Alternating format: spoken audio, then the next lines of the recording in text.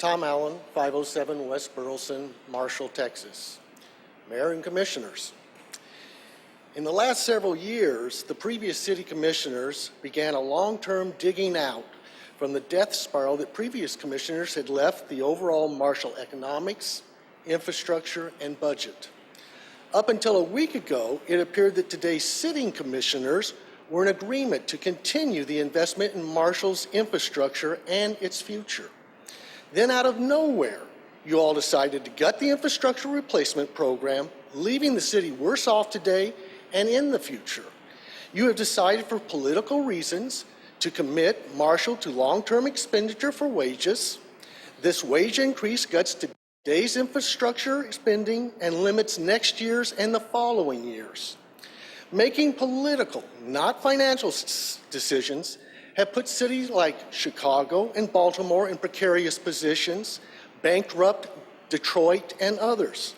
Making promises to fire and police unions for their endorsement as to be elected is the worst type of pandering politics. I believe a majority of the citizens of Marshall would back the 5% property tax increase, the 3% water increase, and the 3% sewer increase.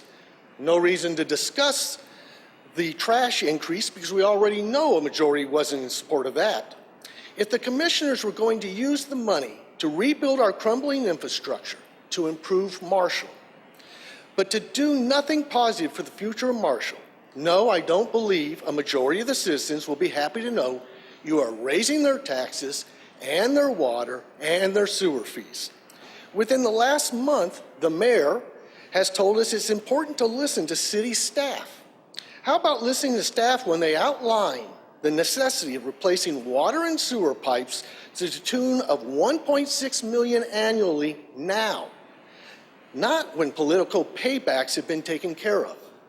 I don't understand how the commissioners, with over 25% of their constituents living under the poverty level, can raise property taxes and fees to give political raises to a select few. What is the difference between paying someone $5 to vote for you and promising the same person, if elected, you will put the city at economic risk by moving money from the infrastructure improvements budget to salaries? Nothing.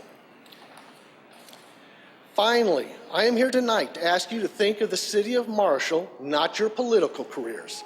Think of the good you would do for everyone if you continue the long-term infrastructure of increasing budget dollars.